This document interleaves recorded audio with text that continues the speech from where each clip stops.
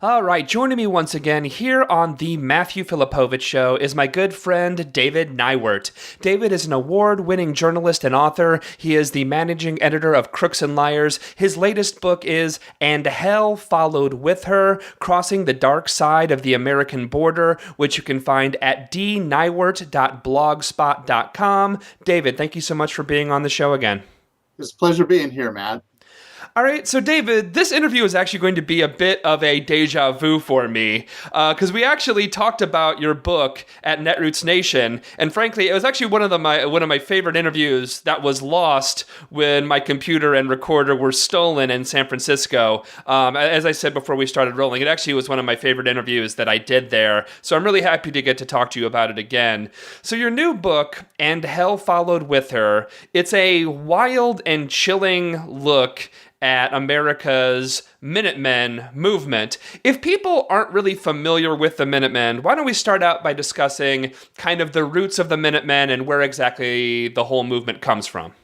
Well, really, the Minutemen is rooted very strongly in the old far right of the American political spectrum. They are straight out of, the very first nativist border watch like this was actually held in 1980 by David Duke and his neo-Nazis down there. And it was called the Klan Border Watch. And it was from this notion, this idea of forming militias that later took root in the 1990s in the militia movement. And one of the great progenitors of the militia movement in the 90s was this guy named Glenn Spencer, who wanted to form border militias to keep immigrants from coming over the border illegally. And this was he pushed this hard all very much during the 1990s. And it finally took root in about 2003 when Chris Simcox decided to start forming border militias down there in Arizona. And Simcox was very clearly influenced by Glenn Spencer because he and Spencer were actually pretty close for some time until the relationship turned toxic, as most of these far-right relationships do, I should add.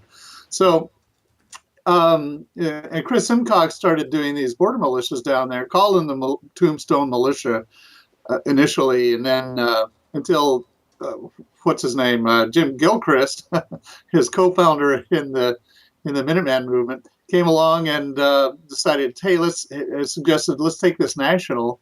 And when they did, they christened it the Minutemen and the Minuteman movement. And so these guys were always really very much from the far right. They always had the New World Order conspiracy theories going. They were totally conspiracist in their thinking, and I might add, like most militiamen and like most people on the far right, they were total fantasists. I mean, they had this fantasy that you could park people down on the border or build a wall on the border, and it would somehow solve the immigration problem. And even though the Minutemen had wandered off to greener pastures, as it were, their movement is still very much with us. I mean, because we have a Tea Party-controlled Congress that has this fetish about border security, claims they won't pass immigration reform until they get the border secure. And what that means is until they build this gigantic wall and station people about 20 yards apart.